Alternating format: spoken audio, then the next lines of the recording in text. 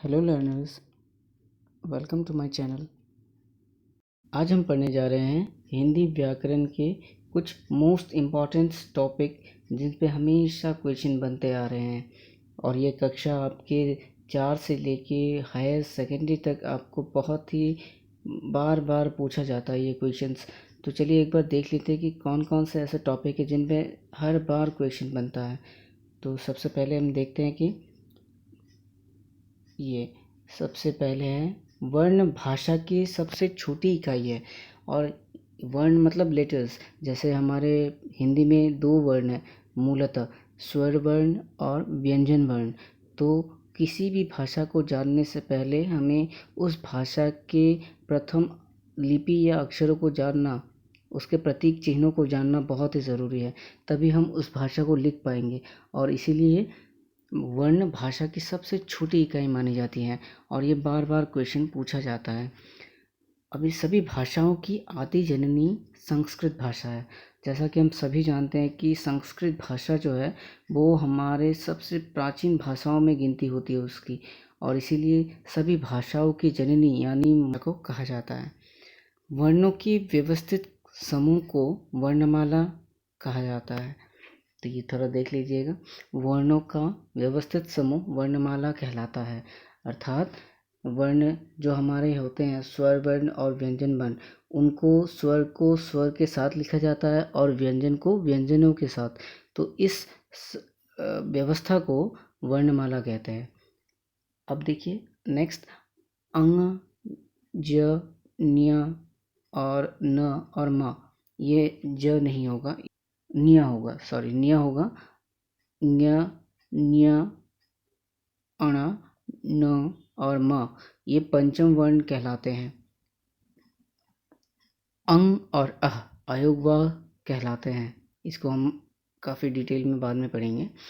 आधुनिक हिंदी खड़ी बोली में मूलतः 11 स्वर और 33 व्यंजन है, मूलतः, टोटल नहीं, मेन बेसिकली।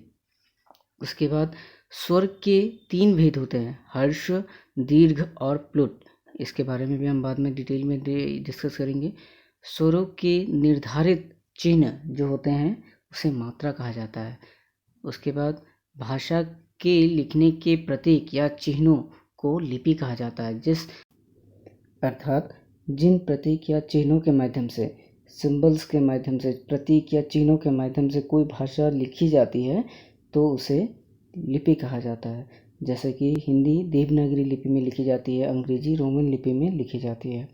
उसी प्रकार अब नेक्स्ट देखिए, 2 भिन्न व्यंजनों के मेल से बने व्यंजन संयुक्त व्यंजन कहलाते हैं। अर्थात जब व्यंजन वर्ण की बात करें तो 2 भिन्न व्यंजन, जैसे कि मान लीजिए क और श के योग से क्ष बनता है, जिसे हम कक्षा में यूज़ करते हैं, क्षेत्र में यूज़ करते हैं, प्रयोग करते हैं।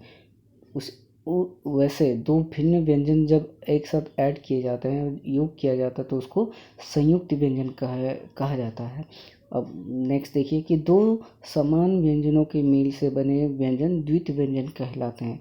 अर्थात जो भिन्न है उसको संयुक्त व्यंजन कहा जाएगा जब उन्हें ऐड किया जाएगा, और जब समान मतलब एक ही व्यंजन 2 बार ऐड किया जाएगा, उसे योग किया जाएगा, तो वो द्वित व्यंजन कहलाते हैं। जैसे कि क प्लस क इज इक्वल टू क, उसे द्वित व्यंजन कहा जाएगा, 2 समान व्यंजन के मेल को।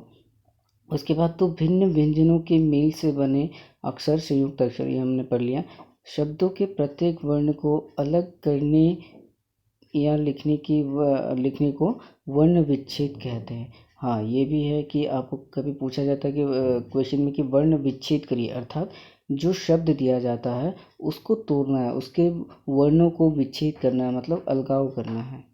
हिंदी भाषा देवनागरी लिपि में लिखी जाती है, ये हमने चर्चा कर लिया है।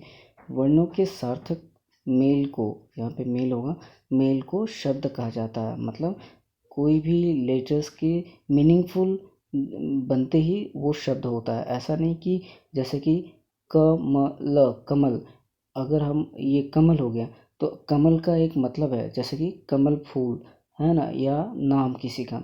अगर हम उसको उल्टा दें, जैसे कि ल म क, तो ये लमक लेटर्स तो है, वर्ण तो है, लेकिन कोई शब्द का मतलब नहीं दे रहा, तो ये शब्द नहीं बनेंगे। तो इसी तरीके से जो वर्ण सार्थक मिलो, किसी कोई अर्थ निकलता हो, वो ऐसे लेटर्स का कलेक्शन वो शब्द कहला जाता है। अब नेक्स्ट देखिए, संज्ञा या सर्वनाम की विशेषता बताने वाले शब्दों को विशेषण कहा जाता है। ये तो आपको पता ही होगा कि विशेषण किसे कहा जाता है, कि वाक्य में प्रयोग संज्ञा या सर्वनाम की क्वालिटी जब विशेषताएं बताई जाती है तो वहाँ विशेषण होता है, उसे विशेषण कहा जाता है। उसी प्रकार किसी संज्ञा के बदले आने वाले शब्द सर्वनाम होते हैं। तो ये भी बताया कि नाम के बदले जो शब्द आते हैं, अन्य शब्द आते हैं, उसे सर्वनाम कहा जाता है। आधुनिक हिंदी का विकास सौर सेनी अपभ्रंश से माना जाता है। बहुत बार पूछा गया है कि हिंदी का विकास किस अपभ्रंश से माना जाता है, तो सौर सेनी अपभ्रंश से माना जाता है। तो थैंक यू, यही थे आज के कुछ इम्पॉर्टेंट टॉपिक्स हमारे हिंदी व्याकरण के रिलेटेड। तो इसी तरीके से चैनल पे बने रहिए। धन्यवाद।